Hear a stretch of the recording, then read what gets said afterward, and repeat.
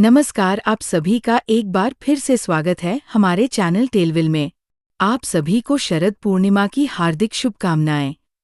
आशा करती हूँ कि ये शरद पूर्णिमा आपके लिए बहुत अच्छा समय लेकर आए और इस शरद पूर्णिमा की रात को आपके सारे दुख दूर हो जाएं। शरद पूर्णिमा के दिन व्रत कथा सुनने का भी बहुत महत्व होता है, इसलिए चलिए मिलकर सुनते हैं शरद पूर्णिमा की व्रत कथा। बहुत समय पहले की बात है। एक नगर था जिसमें एक साहूकार रहा करता था। उसकी 2 बेटियां थीं, जिनको धर्म में काफी रुचि थी। अपनी इस रुचि के चलते वो दोनों लड़कियां पूर्णिमा का व्रत किया करती थी। लेकिन उन दोनों की आराधना में केवल इतना अंतर था कि बड़ी बहन अपना व्रत पूरा करती, लेकिन छोटी बहन हमेशा व्रत को अधूरा छोड़ देती। इस प्रकार बहुत साल बीत गए। दोनों बहनें बड़ी हो गई और उनका विवाह हो गया। विवाह के बाद बड़ी बहन के यहाँ एक सुंदर और स्वस्थ बालक का जन्म हुआ।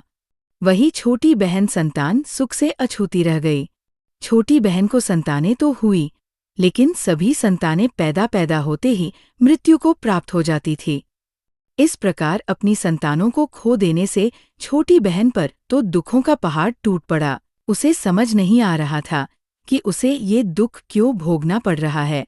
अपने इसी प्रश्न के उत्तर की खोज में वह अपने पति के साथ एक ऋषि के पास पहुंची और ऋषि से बोली, हे मुनिवर, मैंने ऐसा क्या पाप किया है जिसके कारण मैं इतने समय से संतान सुख से वंचित हूँ। वह ऋषि काफी तपस्वी थे। उन्होंने जान लिया कि इसके दुख का क्या कारण है।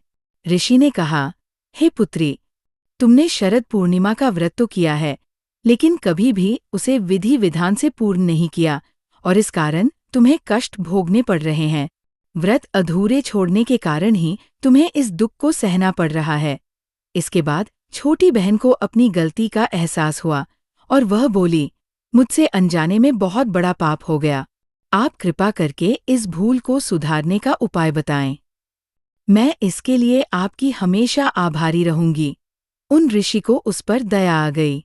उन्होंने उसे विधिपूर्वक शरद पूर्णिमा का व्रत करने को कहा और कहा कि इस व्रत के पुण्य से उसे अपने कष्टों से मुक्ति मिल सकती है। छोटी बहन ने आखिरकार शरद पूर्णिमा का व्रत इस बार विधि विधान से पूरा किया और इसके फलस्वरूप उसे पुत्र रत्न की प्राप्ति भी हुई। लेकिन भाग्य का खेल देखिए, ये संतान भी जीवित नहीं बची। उसका पुत्र कुछ दिनों बाद ही मर गया। अपनी इस संतान को भी मरा हुआ देखकर उस छोटी बहन के पांव तले जमीन खिसक गई। लेकिन इस बार उसे लगा शायद उसकी बड़ी बहन के पुण्य के प्रभाव से उसके पुत्र के प्राण वापस आ सकते हैं, और ऐसा सोचकर अपने मरे हुए पुत्र को एक पट्टे पर लेटाकर उस पर चादर ढक दी और अपनी बड़ी बहन को जाकर अपने घर बुला लाई। जब बड़ी बहन घर पर आई तो उसने अपनी बहन से कहा, दीदी इस पट्टे पर बैठ जाओ। जैसे ही बड़ी बहन बैठने लगी, उसके पल्लू ने उस शिशु को स्पर्श किया और एकदम वो रोने लग गया। जैसे ही उसे बच्चे के रोने की आवाज आई तो बड़ी बहन बहुत क्रोधित हुई। उसने गुस्से से कहा, ये तुम मुझसे कैसा पाप करवाने जा रही थी? अगर मैं इस बच्चे पर बैठ जाती और इसे कुछ हो जाता तो? ये सुनकर छोटी बहन बोली, अरे दीदी, ये तो पहले से ही मरा हुआ था। ये तो आपका भाग्य है कि आपको छूते ही ये जीवित हो गया। आपने हमेशा शरद पूर्णिमा का व्रत पूरे विधि विधान से किया है और उसका ही यह फल है कि आपके पल्लू के स्पर्श से ही मेरी संतान जीवित हो गई। इस प्रकार छोटी बहन की संतान को नया जीवनदान मिला और ये बात सबको पता चल गई। जब ये बात राजा तक पहुंची तो राजा ने पूरे नगर में ढिंढोरा बिटवा दिया कि इस पावन व्रत को सभी करा करें। तब से सभी लोग इस व्रत को पूरी श्रद्धा और भक्ति के साथ करने लगे। तो ये थी शरद पूर्णिमा की कथा।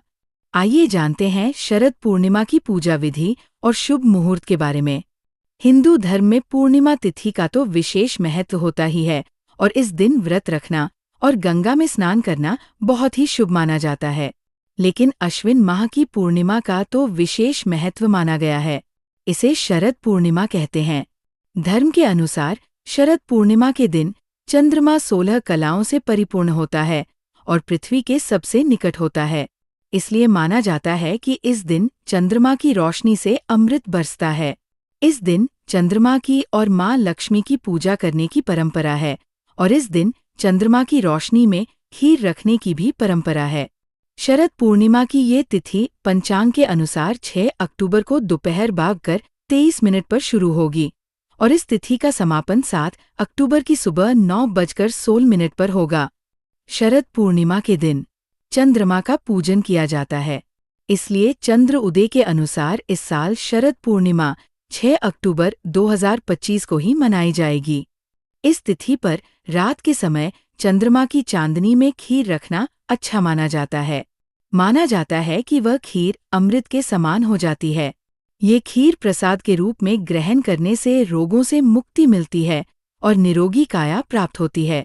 इस तिथि पर माँ लक्ष्मी और भगवान विष्णु की पूजा का विशेष विधान है। इससे धन, धान्य और सुख समृद्धि की प्राप्ति होती है।